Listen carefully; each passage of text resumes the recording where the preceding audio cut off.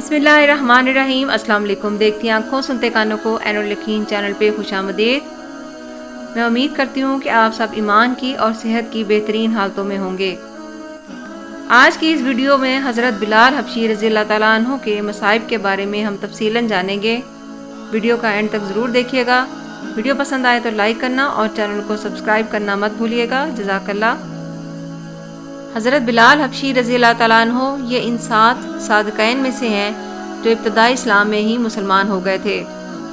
حضرت بلال رضی اللہ تعالیٰ عنہ امیہ بن خلف کے غلام تھے اور بکریاں چرانے کی ڈیوٹی دیتے تھے۔ ایک دن ایک آواز آئی، اے چرواہے، کیا تمہارے پاس دودھ ہے؟ یہ آواز دینے والے حضرت محمد صلی اللہ علیہ وآلہ وسلم تھے، جو اپنے سفر اور حضر کے رفیق حضرت ابو بکر صدیق رضی اللہ تعالیٰ عنہ کے ساتھ غار حرا میں موجود تھے۔ حضرت بلال رضی اللہ تعالیٰ عنہ آواز سن کر قریب آئے اور عرض کیا، جناب، میری بکریوں میں کوئی بکری دودھ دینے والی نہیں، اس لیے معذرت چاہتا ہوں کہ آپ کی تمنا پوری نہ کر سکا۔ رسول اللہ صلی اللہ علیہ وآلہ وسلم نے فرمایا، اگر اجازت ہو تو سامنے والی بکری کو دیکھ لیا جائے، ہو سکتا ہے اسے دودھ مل جائے۔ سیدنا بلال رضی اللہ تعالیٰ عنہ نے عرض کیا، مجھے کوئی اعتراض نہیں، دیکھ لیجئے، لیکن یہ ممکن نہیں کہ ایک دودھ دینے والی بکری سے دودھ حاصل کر لیا جائے۔ حضرت محمد صلی اللہ علیہ وآلہ وسلم نے ارشاد فرمایا، اجازت دینا تیرا کام اور بکری کے تھنوں میں دودھ بھر دینا اللہ تعالیٰ کا کام۔ حضرت بلال رضی اللہ تعالیٰ عنہ نے بکری پیش خدمت کی۔ رسول اللہ صلی اللہ علیہ وآلہ وسلم نے اللہ کا نام لے کر جب بکری کے تھنوں کو ہاتھ لگایا تو بکری کے تھنوں سے دودھ جاری ہو گیا۔ اسی دن سے سیدنا بلال رضی اللہ تعالیٰ عنہ رسول اللہ صلی اللہ علیہ وآلہ وسلم کے گرویدہ ہو گئے۔ اس واقعے کے بعد سیدنا بلال رضی اللہ تعالیٰ عنہ رسول اللہ صلی اللہ علیہ وآلہ وسلم کے قریب ہونے لگے۔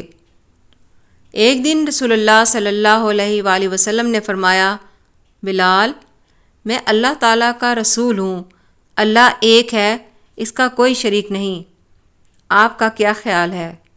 حضرت بلال رضی اللہ تعالیٰ عنہ جو پہلے ہی اپنا دل نبی کریم صلی اللہ علیہ وآلہ وسلم کو دے چکے تھے، فوراً کہا، لا الہ الا اللہ محمد الرسول اللہ۔ بس اسی دن سے حضرت بلال رضی اللہ تعالیٰ عنہ رسول اللہ صلی اللہ علیہ وآلہ وسلم کی محبت کے ایسے اسیر ہوئے کہ آخری سانس تک یہ تعلق قائم رہا۔ اسلام قبول کرنے پر آپ رضی اللہ تعالیٰ عنہ کے سنگ دل بے رحم مالک نے آپ رضی اللہ تعالیٰ عنہ پر سخت سے سخت ظلم کیا، انسانیت سوز اذیتیں دیں، شریر لڑکے امیہ کے کہنے پر جانوروں کی طرح مکہ کے پتھریلے بازاروں میں گھسیٹتے پھرتے اور کڑاکے کی دھوپ میں گرم جلتی ریت پر لٹا کر اوپر گرم پتھر رکھ دیا جاتا۔ حضرت بلال رضی اللہ تعالیٰ عنہ کا ظالم آقا اپنے ناپاک ہاتھوں سے ان کے معصوم چہرے پر بے تحاشا تھپڑ مارتا اور شرک کرنے کے لیے مجبور کرتا، مگر یہ ہر حالت میں ایک ہی نعرہ لگاتے، آحد آحد، اللہ ایک ہے، اللہ ایک ہے، اس کا کوئی شریک نہیں۔ ایک دن ابو جہل، امیہ بن خلف اور ان کے دوسرے شریر ساتھیوں نے اس قدر مارا کہ تمام جسم لہو لہان ہو گیا۔ آخر تھک ہار کر کہنے لگے، بلال، آج جو فیصلہ کرنا ہے کر لو، اسلام چھوڑ دو یا جان سے مار دیے جاؤ گے۔ حضرت بلال رضی اللہ تعالیٰ عنہ نے فرمایا، میرے جسم سے میری جان تو نکال سکتے ہو مگر ایمان نہیں۔ اتفاق سے سیدنا صدیق اکبر رضی اللہ تعالیٰ عنہ ادھر سے گزرے تو حضرت بلال رضی اللہ تعالیٰ عنہ کو کفار کے ہاتھوں پٹتا دے کر بے تاب ہو گئے اور آنکھوں میں آنسو امڈ آئے۔